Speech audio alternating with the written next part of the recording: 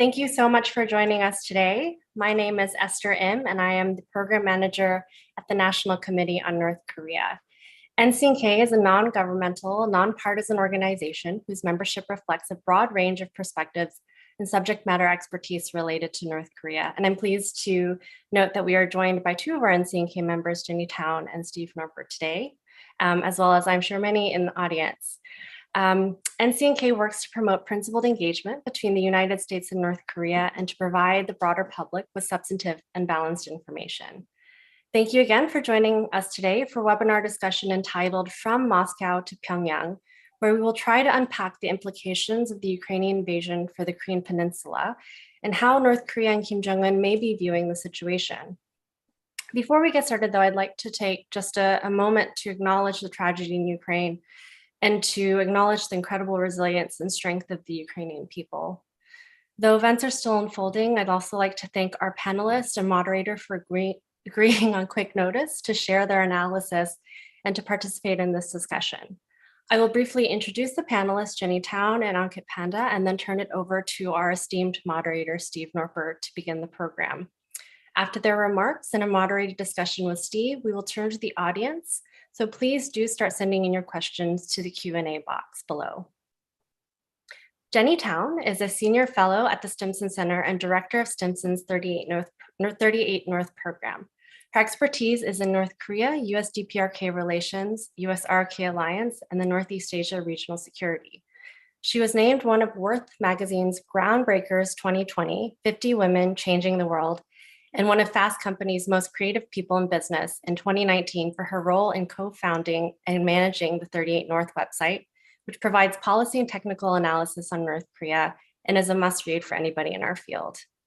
Ankit Panda is a Stanton Senior Fellow in the Nuclear Policy Program at the Carnegie Endowment for International Peace. He is an expert on the Asia-Pacific region, and his research interests include nuclear strategy, arms control, missile defense, nonproliferation, emerging technologies, and US extended deterrence. He is the author of Kim Jong-un the Bomb, Survival and Deterrence in North Korea. And last but not least, Stephen Norford is the inaugural president of Asia Dialogue, spearheading initiatives that build and bridge global understanding. Dr. Norford advances focus on Korea and Northeast Asia, building on 35 years in academia, NGOs, public service, and private sector. While he focuses on the Korean Peninsula as a primary area, he also focuses on Mongolia and Russia. He has participated in events with the Russian Diplomatic Academy, Carnegie Moscow, and in more recent years, the Russian International Affairs Council. Prior to his 12 years at the Korea Society, he was an Asia Fellow and Director of Russia and Eurasia for the East-West Institute. This is a short introduction of all of our speakers, and we'll include a link so you can see their full biographies.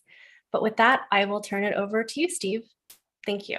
Esther M., thank you very much. I'm Stephen Norford. I'm joining you from Honolulu, Hawaii, so aloha to you all. It is an honor to be here with Esther and with Jenny Town and with Ankit Panda, both of whom make great observations, are keen analysts, are groundbreakers, and so I look forward to hearing their comments today. We have something before us that is a historic time in a tragic sense, and clearly we have seen the recent events in ways distressing, in ways concerning, in ways that have really moved the human heart. And this is still an unfolding crisis. I will borrow, and just this once, from a comment by Sergei Lavrov, the Russian foreign minister, who said this isn't about Ukraine, this is about the world order. It is about Ukraine, it is about the world order, and it is about so much more. NCNK is a groundbreaker in and of itself, and those of us who are members truly appreciate what the good team there does. And to bridge the idea of Ukraine and what is happening there with what the thought process might be in the DPRK and what some of the reactions and implications might be for the Korean Peninsula certainly shows that novel approach. If I could offer a few framing comments for you. One is, as we look at this, how might the DPRK be reading the Ukraine situation? We see just today, in terms of a meeting between the DPRK's ambassador to Russia and Russia's deputy foreign minister, the assertion of closer relations and perhaps new cooperation in light of the current geopolitical realities.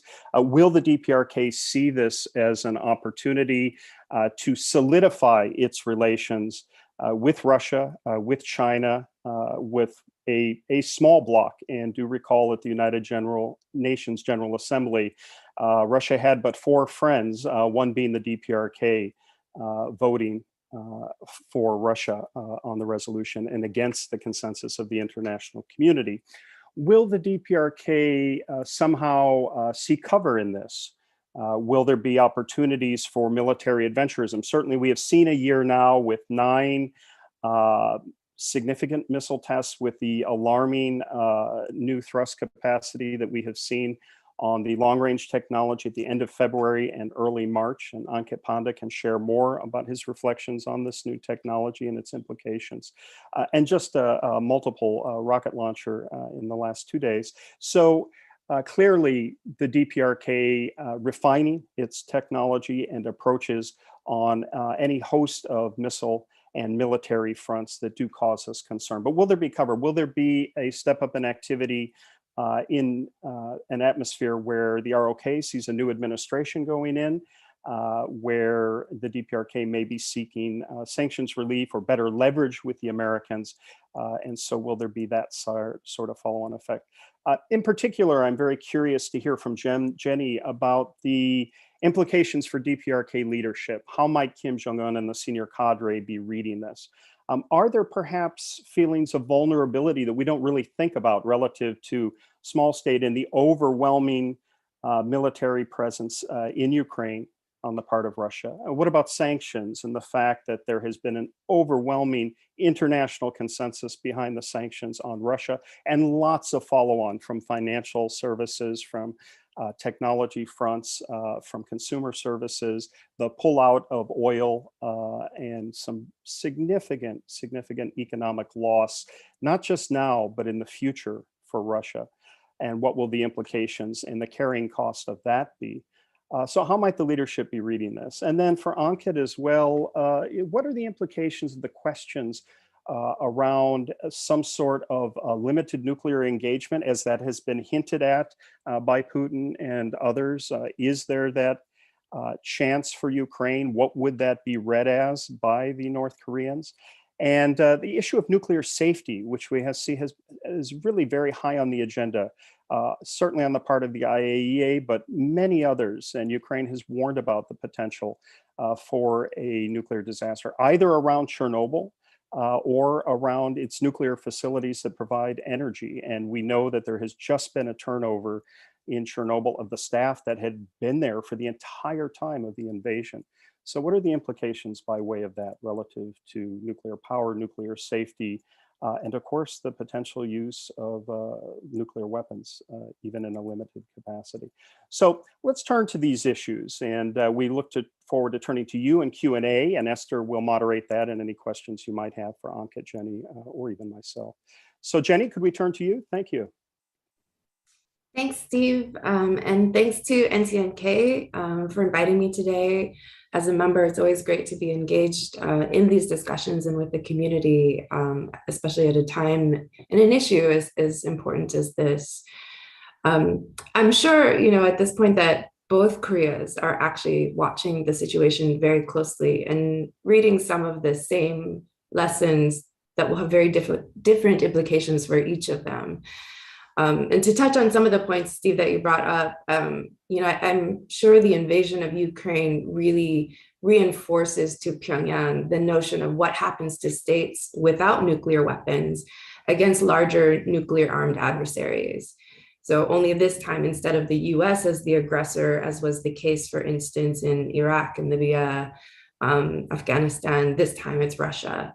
So how quickly Russia threatened to use nuclear weapons early in the conflict was quite chilling. And I think, especially was the signal when Russia took over Chernobyl first, giving it options for inflicting maximum damage if it chose to go that route. I would guess on some level, though, there's also a recognition in Pyongyang of how much a nuclear armed state can get away with as the aggressor, and that the fear of nuclear war really does drive restraint and risk aversion. So yes, while there has been a pretty enormous political response to this, it has not led to military intervention on Ukraine's behalf. I worry too, though, then what South Korea might be taking from that lesson. And while the US relationship to South Korea is much different than Ukraine's relationship with either the US or NATO, the risk aversion to nuclear war cannot be a very reassuring thought, especially if Seoul thinks Pyongyang could be emboldened by what Russia has been able to get away with so far. And so, yes, there's international condemnation, and longer term consequences in the way of closing avenues to international trade and cooperation. But for a state like North Korea, the question is, would those consequences have the same deterrent effect? And the fact that North Korea is already under sanctions, has already been cut off from a lot of the international economic community, and the fact that it's still testing throughout this process, and despite what's happening in Ukraine, as it continued to test in 2017, despite threats of fire and fury and increasing sanctions from the US, this all suggests that this kind of approach would not necessarily be an effective deterrent against North Korea if it decides that it is going to be emboldened by this. But I do think there's also a sense that, the way that Ukraine has fought back, and has fought back harder and lasted longer than what most would have expected against a Russian invasion, likely also does give some pause in Pyongyang about the strength of Russia as a strategic partner, as these Cold War era alignments are reforming. And I think North Korea has supported Russia politically throughout this invasion and continues to consult with Moscow even now, as you mentioned. And Russia has in turn, so far with China, blocked efforts at the UN Security Council to impose greater punishments on North Korea for its continued violation of UN sanctions as it goes through these missile tests. But however, would it really help militarily in the case of conflict in North Korea? I'm sure North Korea is watching Russia's struggles against Ukraine, as well as Beijing's responses to the situation very closely to assess how they both respond to this international pressure against Russia. And so while North Korea has grown closer to China and Russia amid these rising big power competition, I think these signals are unlikely to increase trust in either of them as actual security allies in the long run. So, closer cooperation in the near term, but does it really get over that strategic mistrust that has existed for a long time? I don't think that's the case. So overall, I think, yes, North Korea is testing new weapon systems and working to advance its nuclear deterrent capabilities. I think it's important to remember that so is everyone else in the region, including South Korea. And so, I don't think it's this notion that North Korea is doing things because the US is distracted. I don't think it thinks the US is distracted. I think it appears more likely that Pyongyang has made two key calculations already. And one, that negotiations with the US were unlikely to amount to quick or substantive gains anyway. And then two, so why would it voluntarily come back to the table to negotiate limits and reductions of its own weapons programs while the rest of the region is arming up? And the regional security environment, driven broadly by US-China strategic competition and exacerbated by missile testing in both Koreas, is really getting more dangerous and unpredictable. So, especially when the potential political consequences for testing right now are mitigated by the fact that, getting China, Russia to side with the US in this political environment is almost impossible. So I think, really until the regional political and security context changes in a more positive direction, talks with North Korea about anything denuclearization related seem rather unrealistic. And I'll leave it there. Thank you, Jenny. Ankit, if we could turn to you for some of your thoughts. Great. Thank you, Steve. It's good to be here with you and Jenny. I'm also grateful to NCNK for the invitation to participate today.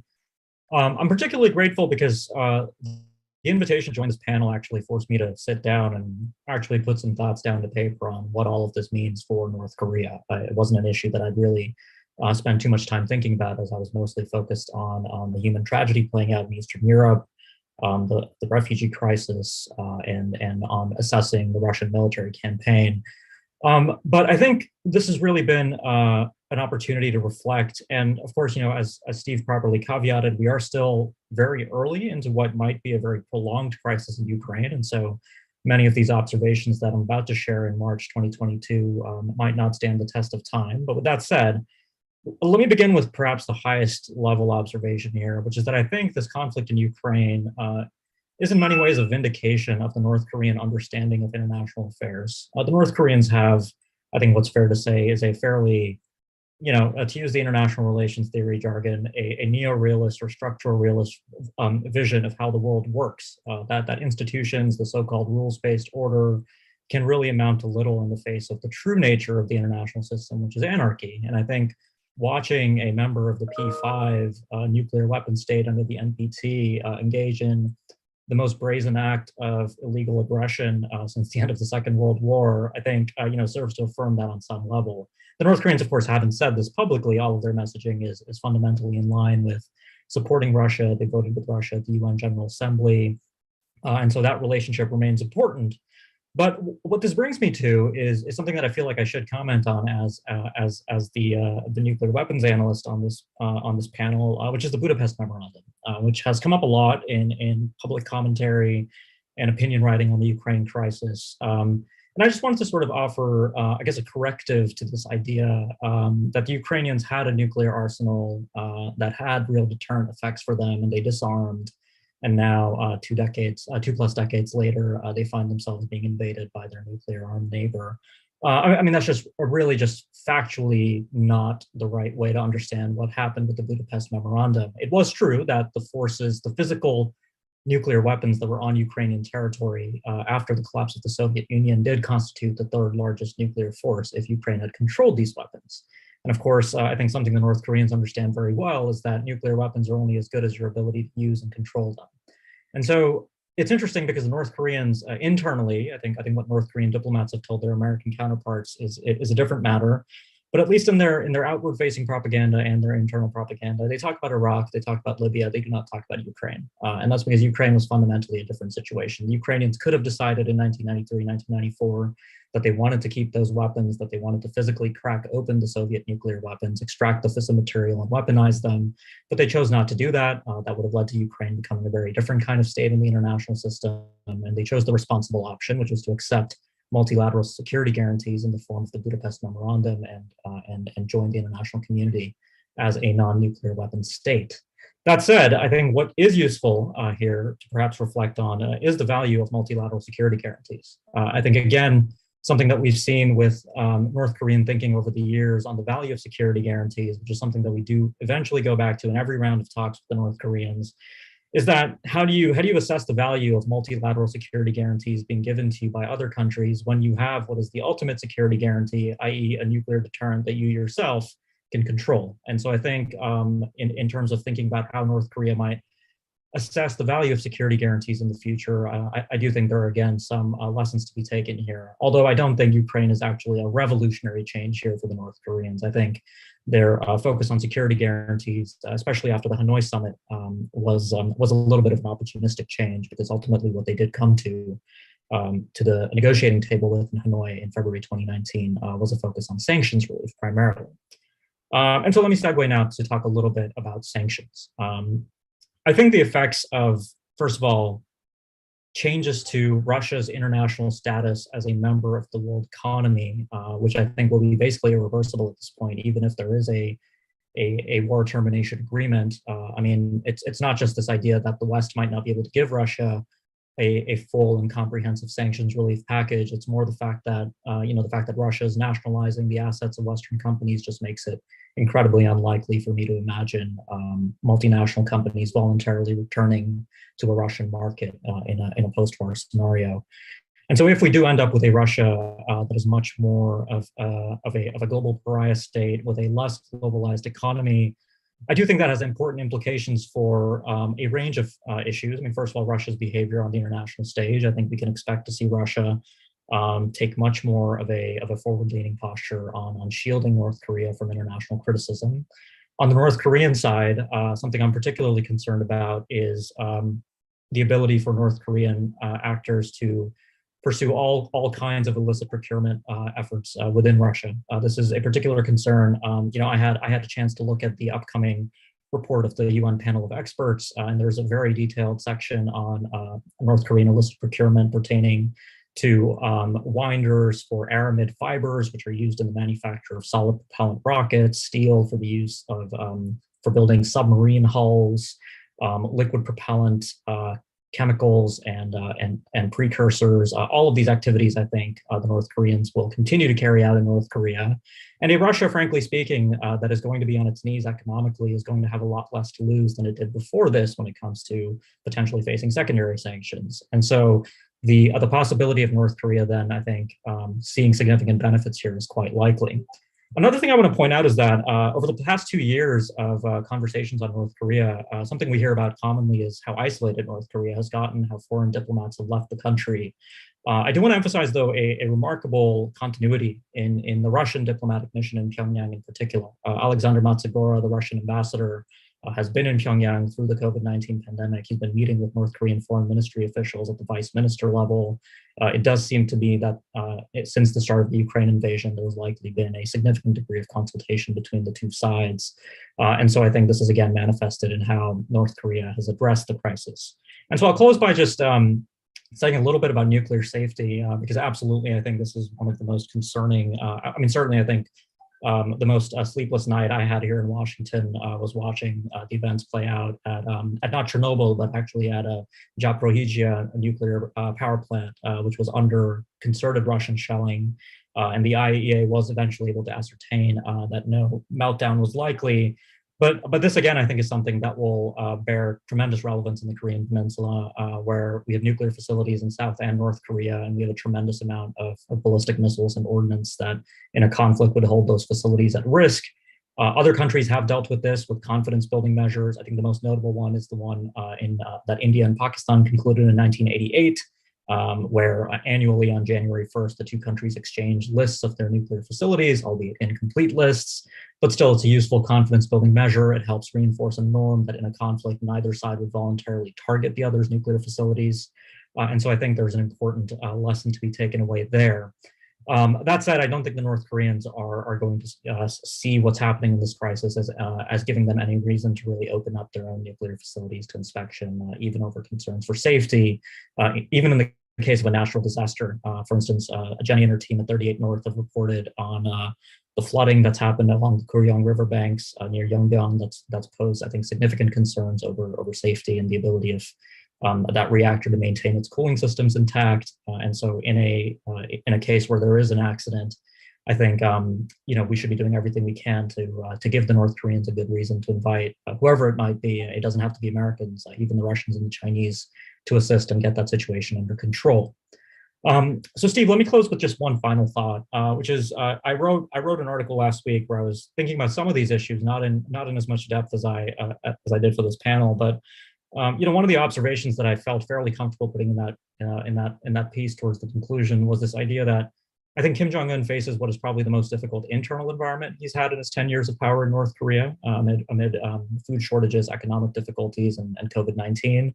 But I do think the external environment is probably the most conducive that Kim has had in the last 10 years. It's, of course, the tectonic shifts in global geopolitics, the nature of the United Nations Security Council, Russian and Chinese policy have really changed so much since 2017 that even as North Korea is now on the cusp of returning to major weapons testing, nuclear testing, satellite launches, I think Kim Jong-un can rest assured that probably the only real reaction he's going to be met with is, the US Treasury Department and OFAC announcing a few sanctions designations and a few phone calls between US ROK and Japanese envoys. I mean, the nature of international attention on North Korea, I think, has just significantly changed. And so, a few years ago, I used to make the case for rethinking our approach to North Korea. And I always acknowledged that there was a good counter-argument to my recommendation, which was that North Korea is a unique challenge to the non-proliferation regime. They were in the NPT, they left, they build ICBMs and thermonuclear weapons. So how can we deal with them through a framing of arms control? And I guess what I used to say to that counter-argument at the time was that the non-proliferation regime has many cracks in it. North Korea is a big one, but it's one of many. And I would say that the events we've seen playing out with not only Russia's nuclear threats, Belarus dropping its non-nuclear weapon status and potentially signing up to host Russian nuclear weapons soon, the non-proliferation regime is in serious trouble. There is a fraying great power consensus over basic non-proliferation principles. And I think all of this, for me at least, really, I think, points to the fact that we're probably entering what is going to be a fundamentally different period on the Korean Peninsula. I think the era of denuclearization, even if our policymakers aren't willing to say it out loud, is really, I think, coming to a close, whether we like it or not. So I'll stop there. Thanks. Thank you for those. I will try to keep our moderated discussion fairly short, only because I do want to get to our audience for the remainder of the hour and give them fair time to posit questions to you. But on this issue of the global strategic environment, I think a lot of people, Ankit, would agree with you on your finishing point about it seemingly being conducive to Kim Jong-un, largely because of a distracted US and the attentions of the world on the crisis in Europe. There may be those who argue a point that's counterintuitive, that what does that really get the DPRK other than cover or the sense that it's in a bloc with Russia and with China and a very small community, a dwindling community of others, and that the chances of seeing sanctions relief have also dwindled, and that the potential of trying to see some sort of economic modernization that would allow a pressured, as you describe it, Kim Jong-un to be more accountable and provide for his people could also dwindle if the reliance is solely on Russia, which will be facing severe economic challenges, and China, which is trying to find its way through this morass. And if you look at the New York Times today, there's an interesting piece, and our friend John Delory has commented from Yonsei on the inefficacy of China's diplomacy at the moment. So I wonder if I could press you a bit more on that environment. And, are there some negatives that go with this? Are there senses of concern about vulnerability? And I do buy your premise that it will lead to resolve in terms of further militarization. And what about this issue of nuclear safety, your penultimate point? Does what happened at Chernobyl or with the other nuclear plants and the potential for them to be taken off power and some sort of accident if the cooling process is not provided ample time, are there implications for the DPRK and the way that they would read it? Jenny, you started with the idea of some of the perceptions of Seoul, and I think that's very interesting because clearly South Korea is at a transitional time as it prepares to welcome in President Yoon in May. There will be a first meeting between Presidents Biden and Yoon in later that month in May. And so that seems an important month. They will clearly be solidifying the US ROK alliance, perhaps trying to right what they may see as a bit of list in that relationship. But now that relationship is emboldened not only by concerns about the DPRK, but resolve around Ukraine. And the White House was quick to applaud the Blue House on its measures just recently in terms of checks against the Russian central bank and 7 other private Russian banks, as well as export controls that were announced. So, what do you see relative to that evolution of a closer Washington-Seoul compact and how that may be read relative to Moscow, Beijing, Pyongyang ties as we go forward? If I could just throw those questions out. And Ankit, would you like to start first, since I've given you a few more minutes to kind of weigh that, and we'll move to you, Jenny. Yeah, sure, Steve.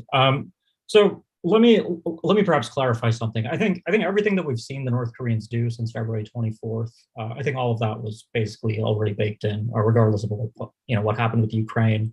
I actually traced things back to the January 19th Politburo meeting, where Kim Jong-un pretty explicitly said, we told Joe Biden in October 2021 that we'd focus on behaviors rather than words. The U.S. sanctioned us, and so we're going to revisit our April 2018 moratorium.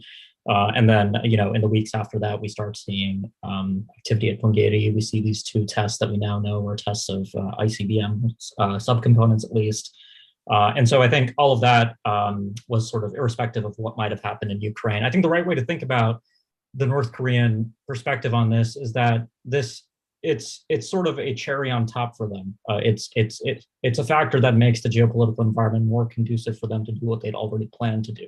This is actually similar to sort of what I was saying before the South Korean presidential elections, which was, this idea that whichever way the presidential election went, the North Koreans were likely to significantly change their plans. And I thought that was also perhaps a little bit overstated.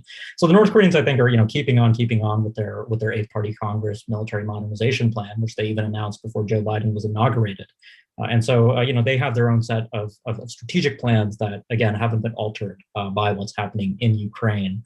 On the international component of this, I think again, it's possible that this ends up being overinterpreted in terms of the effect that it actually has on North Korea. I think the Russia-North Korea relationship is very much, I think, going to be a function of the extent to which we do see any kind of Russian effort to, successfully terminate this war and try to at least win back some sanctions relief and renormalize Russia's role in the world. I think that's easier said than done. I personally don't think it's very likely.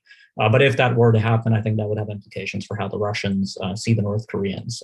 If what I think is more likely to happen, which is that we do end up with a Russia that has a fundamentally diminished global economic role and a crippled economy, I think that overall is likely to result in closer relations and perhaps a more cooperative Russia-North Korea relationship on things when it comes to illicit procurement and so forth.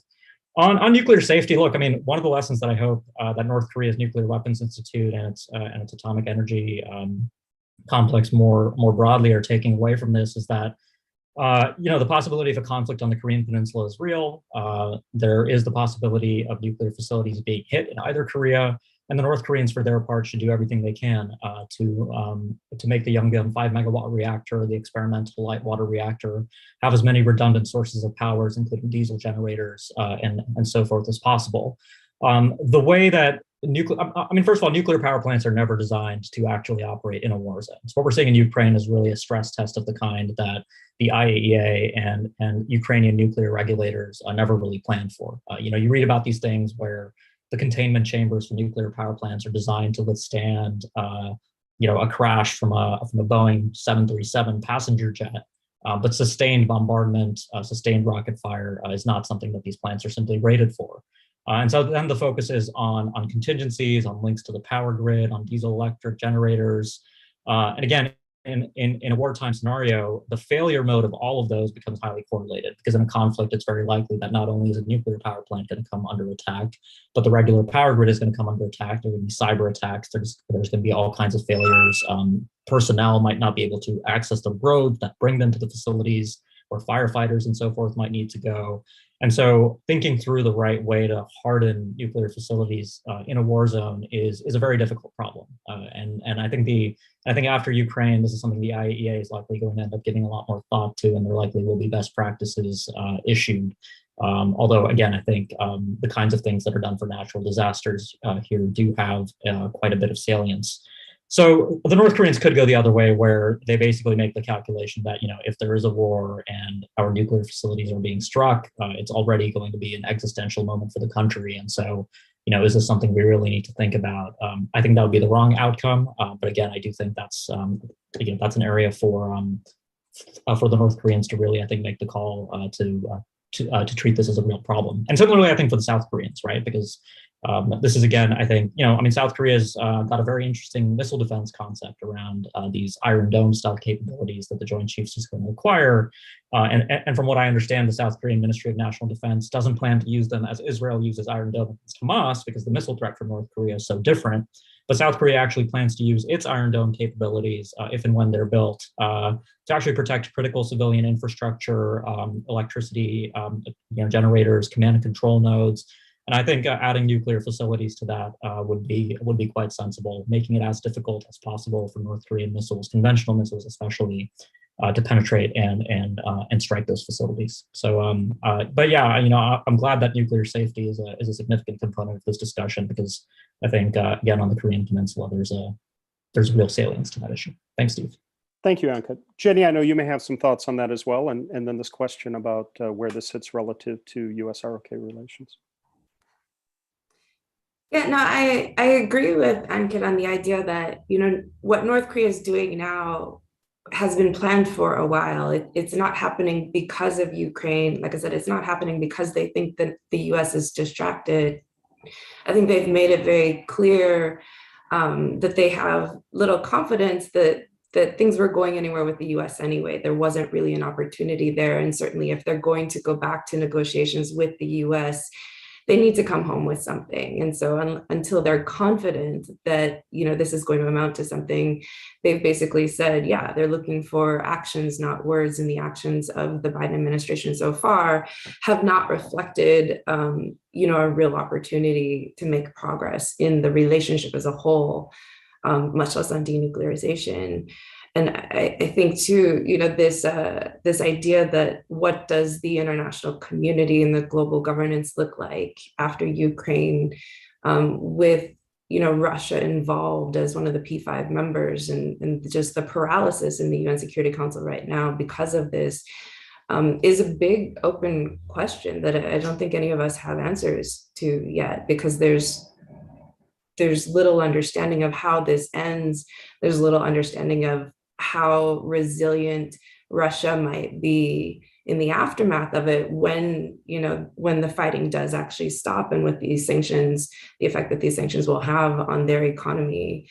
And it's one of the, it's a greater vulnerability than what the North Koreans have, for instance, if more sanctions are imposed on North Korea. And I think it's really interesting too that the Biden administration, in response to the 2 rounds of ICBM component tests that were done, if you can't get a resolution at the UN Security Council, then the imposition of sanctions, secondary sanctions on Russian companies, and the timing of it seemed to be somewhat a convenient way to sanction Russia from different angles, while also still expressing, punishments for North Korea's violations of the UN Security Council resolutions. And I think it was also a message to the Chinese that this is a likely future for them as well, if they don't get on the right side of this issue.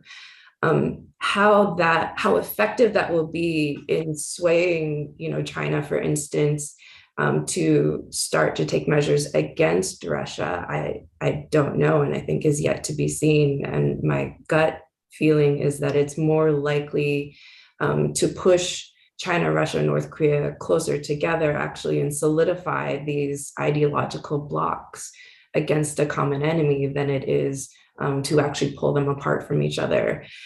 So in terms of what that means for North Korea in the future, there's fewer consequences to the violations of sanctions that they're doing now.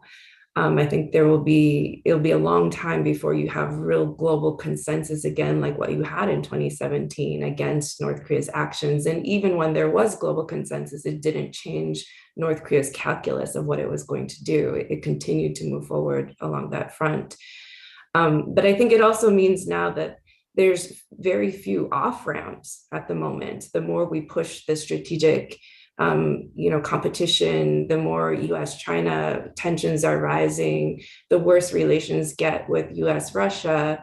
And the more we make, we return to this Cold War-like mindset, the fewer avenues we have for communication, for consultations across these ideological blocs. And so, as the situation is getting more dangerous, it's harder to see how we bring that tension down and how we, build, a greater willingness to engage in nuclear risk reduction or arms control talks in the region until we start to, also tear down some of that rivalry mindset. So I think it's a very unpredictable situation as to how deeply this will affect. But in the short term, certainly the security situation in Asia is getting worse.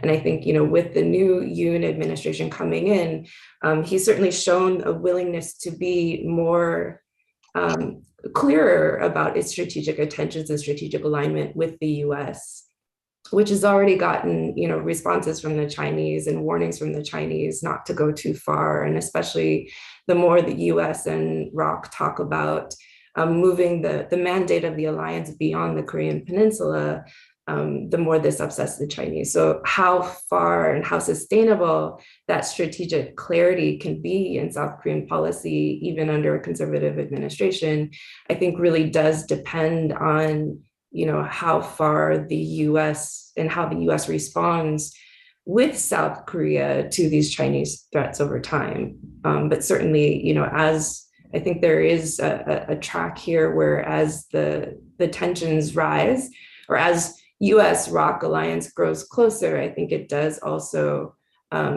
create greater unpredictability in the security situation in Asia and pushes these blocs. I think one last point I do want to make, and one of the biggest concerns that there is in Seoul these days is this idea of if a contingency happens in Taiwan, having a two-front war of what does North Korea do in that situation? Would it come to the aid of China in that sort of situation, or would it take that opportunity to also be militarily adventurous in South Korea as well? And in that kind of situation, again, what would US response be? Where would it put resources? And I think this really exacerbates the tensions in South Korea about the US nuclear umbrella. So leaving that choice of nuclear use up to the US without having transparency or say into that process, I think really the South Koreans really see themselves as vulnerable. And I think it is really pressing for greater calls for South Korea to actually have its own nuclear deterrent rather than rely on even the reintroduction of US tactical nuclear weapons that would still be under US jurisdiction. And I think this is an issue that we're really going to have to grapple with in the near future. Thank you, Jenny. And we're going to turn to Esther, but you've made so many important points there. And if I can just throw one more onto the table for what will be our Q&A, and that is that we're dealing now with a really totalitarian rise in terms of what appears to be a Russian state that is bent on keeping its public uninformed or misinformed. And the spate of disinformation has been incredible. The new hotline to call in traitors, the observations of many in the Twitter sphere has been that Russia may be looking more like the DPRK. And so concerns about what that means for information flow and the rise of the police state, I think are well worth our consideration as well in our broader context of what happens here if the DPRK, Russia and China grow closer over the course of this Ukraine crisis. And Esther, to you, and thank you very much to both Jenny and Ankit. Thank you, Steve. And thank you to Jenny and Ankit for a really stimulating conversation. I've taken copious notes today, as I'm sure our audience has, and they've come up with some really interesting questions as well. And so I'd like to group a few of them together because some of them overlap, but this one concerns the Budapest Memorandum, which you've already talked about, Ankit, and I think your answer to this, we a little bit know, but one question is, does this spell the ultimate end of possible denuclearization, North Korean denuclearization? And if yes, which I think is your answer, kind of what do we do? And then related to that was a question, kind of how do we evaluate the utility of any future North Korean nuclear deal in light of the failure of that agreement? And does the the question then is, does this underline the need for a formal treaty as opposed to a non-binding intergovernmental agreement? There's a lot there. Let me add one observation on. So that is my answer still. That I think among the many things that the North Koreans have observed about how the U.S. Obviously here the U.S. is not at fault. I think for the eventual fate that the Budapest Memorandum met. I think it's entirely Russia's doing. But we can litigate the extent to which NATO's decision on Ukrainian membership in 2008 might have been offered in a less ambiguous way, for instance, if that was seen as necessary to preserve Ukrainian independence at the time. I'm not going to get into those issues, though. But from the North Korean perspective, it's not just the Budapest Memorandum and the 2022 invasion of Ukraine. It's the fate that befell the JCPOA. It's the delayed heavy fuel oil deliveries under the agreed framework. I mean, the North Koreans, I think, have just seen how difficult it can be for the United States to credibly deliver the benefits that are promised under certain agreements. And so, all of these, I think, make negotiating with the United States a much more costly proposition. And so that cost can be offset by concessions from the US. And so, that might be part of the reason why the North Koreans made what even I thought was a fairly outrageous ask in Hanoi, right? They were asking for about 80% of the sanctions pressure to be relieved for about 40% of their fissile material output. Not the best trade-off, but these kinds of sort of, if we are going to be negotiating with North Koreans transactionally and sort of comparing things that way, then I think, again, the cost that we're going to have to pay to get the North Koreans to sign up to a deal that they might have been willing to sign up in the past is going to be much higher. And that's even leaving out the fact that the North Koreans are going to have more leverage in the form of more nuclear weapons, better nuclear weapons, and so forth. And so, obviously, all of this, I've basically been of the opinion that denuclearization, really the coffin in that nail was put in place by the end of 2017 when the North Koreans crossed some pretty important thresholds. But what I've been counseling since then is that we approach.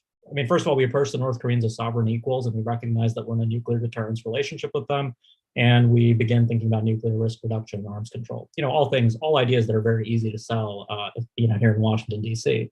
I don't think that's going to happen in practice, but I do think that, there will be. I think later this year we're going to watch the North Koreans probably test an ICBM with multiple warheads. They've already been testing hypersonic weapons. Some of these things I'm saying out loud now. If I'd been, telling people this in 2017 or even earlier, I think it would have seemed really far-fetched. But these things are about to happen, and so the leverage the North Koreans are getting, I think, is really just going to emphasize that whether we like it or not, we live in a world where the burdens of nuclear deterrence, I think, really do deserve addressing in a direct way. Right? I think a world where North Korea doesn't possess nuclear weapons would be a terrific world, but unfortunately, I think we have a more acute interest today, which is avoiding intentional or unintentional or accidental nuclear detonations on or around the Korean Peninsula. And if we're going to make that a priority and we're going to make that the basis for our policy, which I think is a completely defensible basis for our policy, we need to completely reframe the way in which we think about this. So I think, can you remind me the second part of your question, Esther? I don't think I actually got to it. The question of does that underline the need for a formal treaty? Oh, right, formal treaties.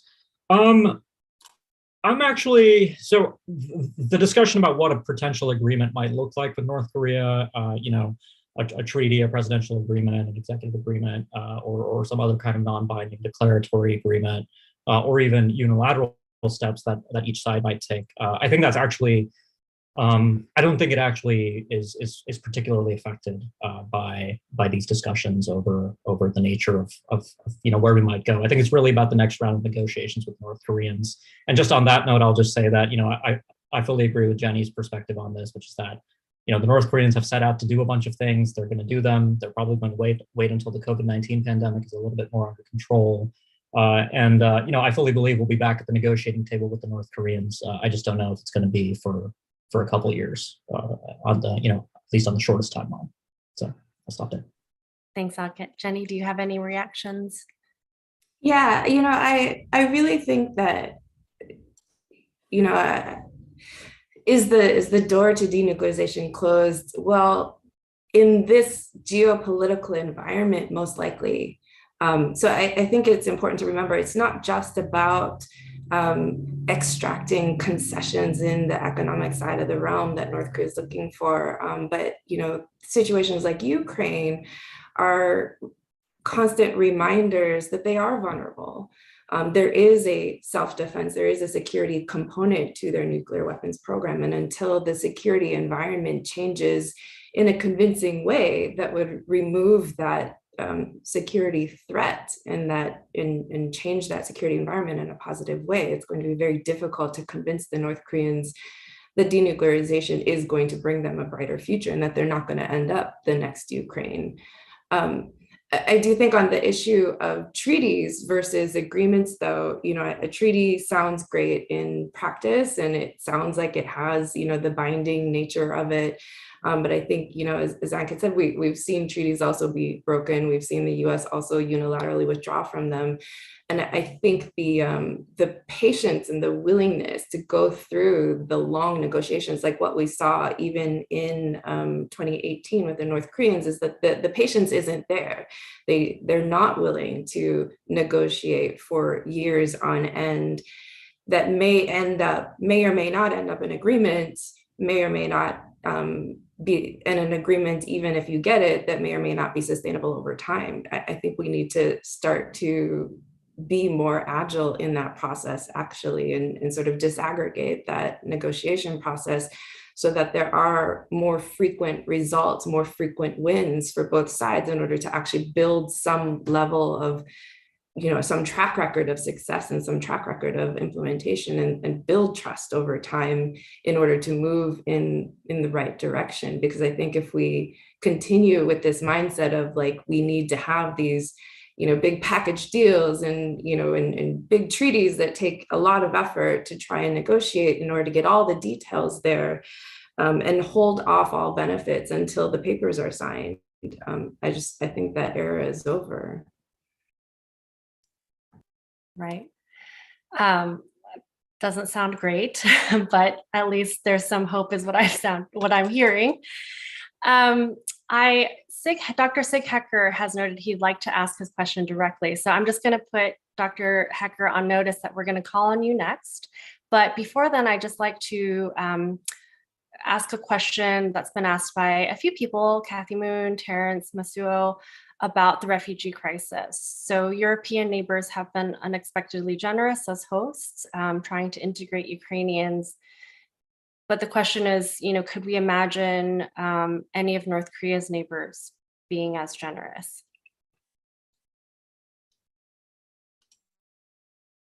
Jenny, would like to take a stab at that? It is a good question. And I think it's one where we know, for instance, the Chinese, this is something they've worried about for a long time because they don't want to see it happen. And how willing they will be to accommodate it if it does, I think is still very unclear. Or even what a refugee crisis might look like in North Korea. Would North Koreans actually try to flee, or would they fight? Or, what would China's role in that sort of conflict actually be? I think all of that is still very unclear, and I don't think we have a sense of who would be the good neighbors to do that. I think Mongolia would be a good neighbor to do that. They like to, and they've done it in the past, taking in, North Korean orphans during the Korean War. But short of that, I think it's hard to tell. Steve, it looked like you kind of wanted to weigh in there. Did you? Yeah, I do. I think there are some things there that the DPRK leadership must be looking at with concern. Of course, unknown to the public because they're going to be getting the Russian and sanctioned state broadcasts. But any of the leadership looking at the refugee flows must be concerned. And with 3.5 million Ukrainians who have fled and created the greatest post-World War II crisis that we've had on the European refugee front, I think it must cause some alarm. And certainly it causes alarm in Beijing, which would ostensibly be, aimed at absorbing most of those refugees. So in the event of a breakdown on the nuclear safety front, or in the event of some sort of other catastrophic event where we saw major refugee outflows, I think you'd be talking about something. I also wonder if the DPRK leadership doesn't look at things like the siege of Mariupol and some of the devastation with alarm. I think we sort of make a presumption that they're simply siding with Beijing and Moscow, and they will at a geopolitical level. But I wonder if at a national orientation level, and given DPRK and broader Korean nationalism, if they don't look at this with some trepidation as well, alongside the international response and how severe the damage will be to the Russian economy. And will Russia be able to pay those North Korean laborers who will make their way back into the Russian Far East as part of Russia's attempt to economically rebuild? I think there are a lot of questions about what will happen economically going forward. Yeah, I think for every question we answer, there's like 5 other questions that we're adding to it. Dr. Hecker, could I ask you to ask your question now? My colleague will unmute you.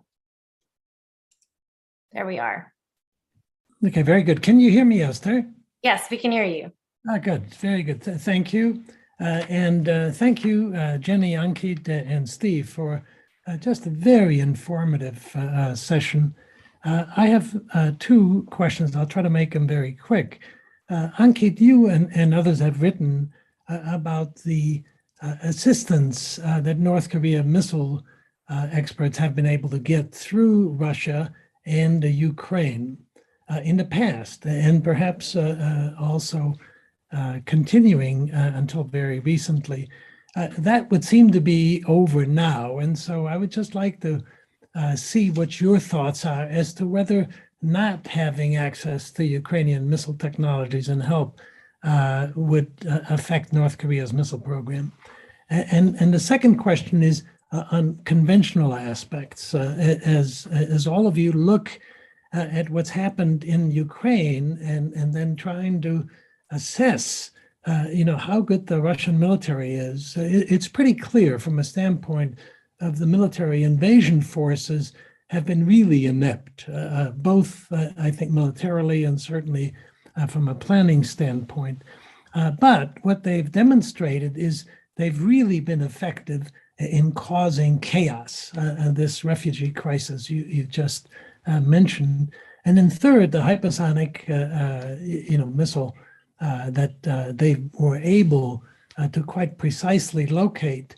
And so I'd be interested, Ankit, what's your takeaway from that in terms of what the North Koreans might have learned in terms of lessons from the Russian experience? Thank you. Thanks, Sig. Good to hear from you again. So great questions. I think I'm still wrangling with analyzing this military campaign. I mean everybody in DC was basically, I think military analysts almost universally had expected Russia to fare much better. But I think it's an acute reminder that war is a fundamentally it's organized killings by human beings, right? I mean that's what war is, and it is a fundamental human enterprise. It is not arithmetic. It's not about the correlation of forces early in a crisis. It's about I think a number of organizational factors, especially logistics, that the Russians completely botched. And look, I think this is a real concern for the KPA. I think we've seen reporting, Rimjingang and Daily NK and all of these other outlets occasionally come out with reports about poor morale in the KPA, lack of food affecting their willingness to fight. The KPA is an incredibly professional military force. I mean, North Korea has spent tremendous efforts over decades making sure that just its quantitative advantages and its ability to conduct large-scale maneuver operations are well oiled.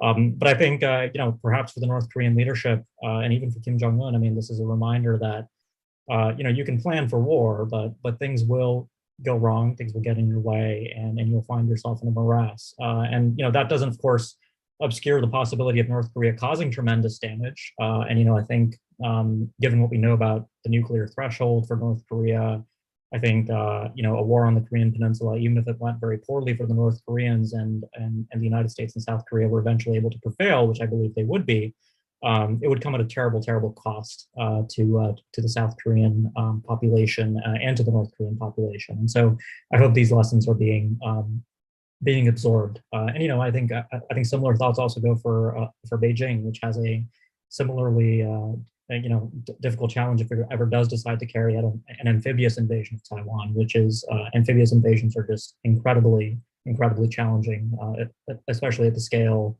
that China hopes to pull off.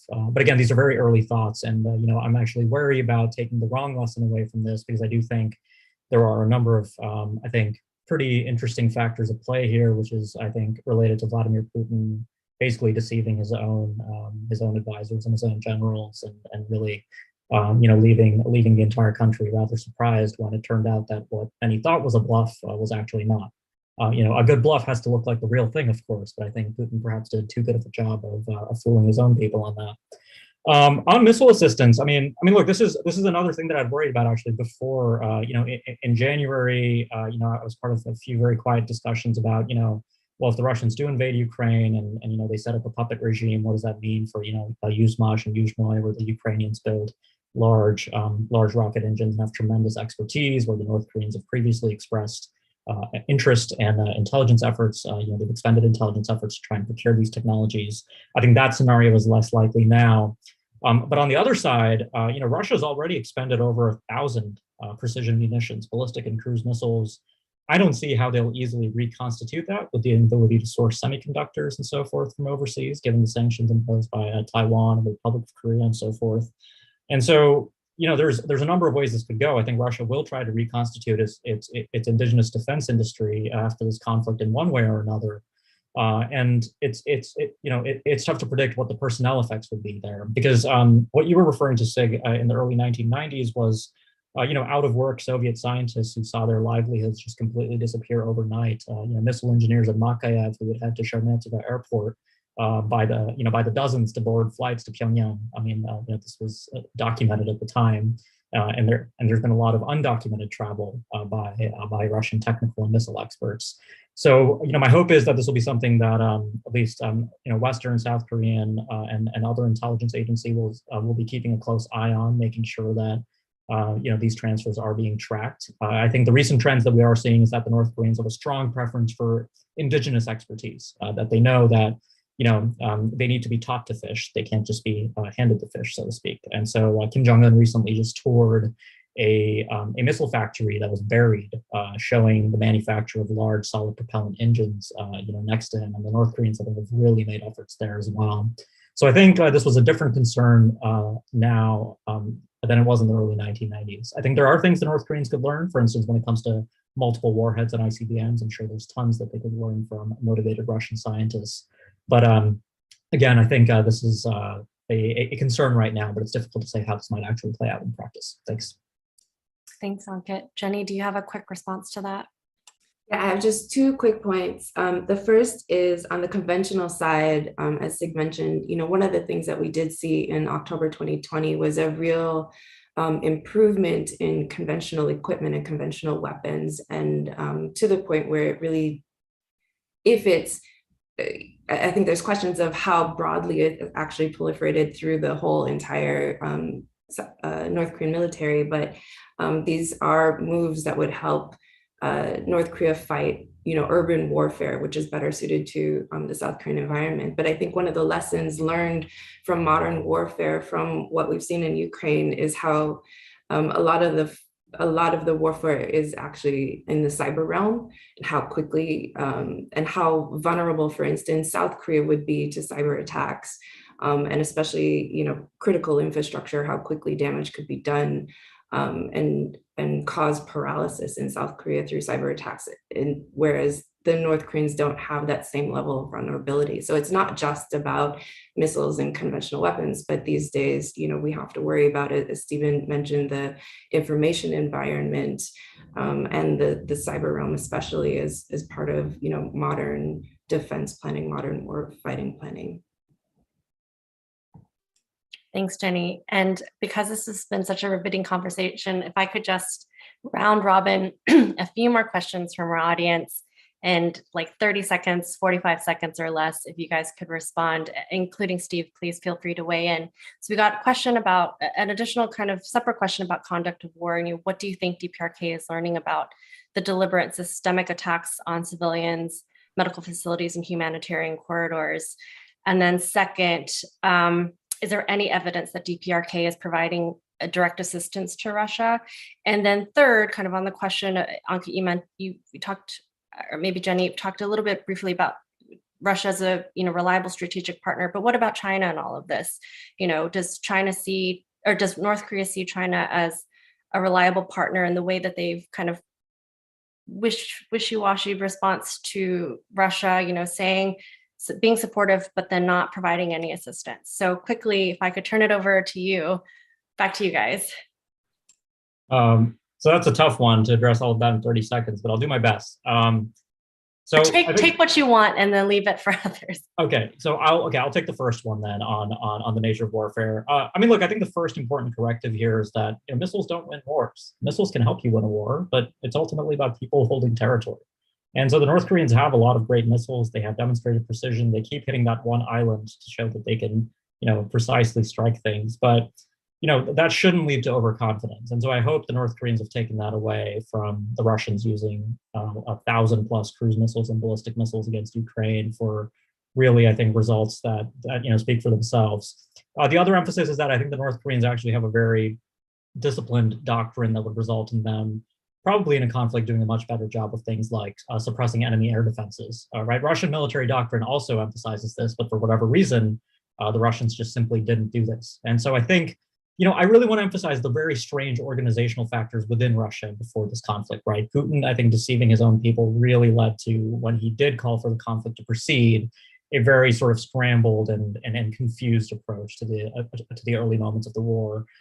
Knowing everything I do about North Korean strategic culture, it's very difficult for me to imagine, Kim Jong-un behaving that way with the top generals in the KPA. I think if and when the North Koreans do decide to go to war in a big way, I think it will be a much more organizationally coherent effort, even if it doesn't mean that they will fare exactly as they hope to.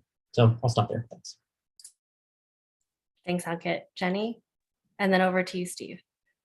I think just on the China side of the equation, I'm sure the North Koreans are watching China's response and the ambiguity of it, where yes, they instead of voting for Russia in the UN Security Council, abstaining from that vote, not necessarily agreeing with the US, but not necessarily rejecting US overtures either at the same time. So but the reality is I don't think the North Koreans really see Russia or see China as a reliable strategic partner anyway. And the Chinese have made very clear over the years that there are certain circumstances in which they will help, and there are certain circumstances in which they wouldn't if North Korea were to find itself in conflict. Whether they started it or whether they didn't start it, I think all matters. And so I'm not sure that it necessarily changes any perceptions about Russia as a strategic partner as much as it does solidify the sort of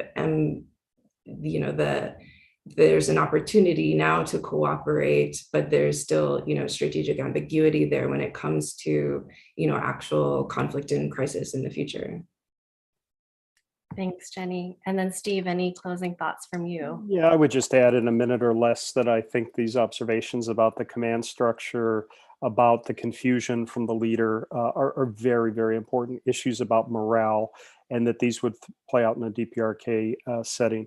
I also think, we forget that the Korean people rejected a colonial experiment for the first half century of the 20th century. And so I wonder if some don't look in North Korea at the Ukrainian response with some interest that might be a little different than what we presuppose.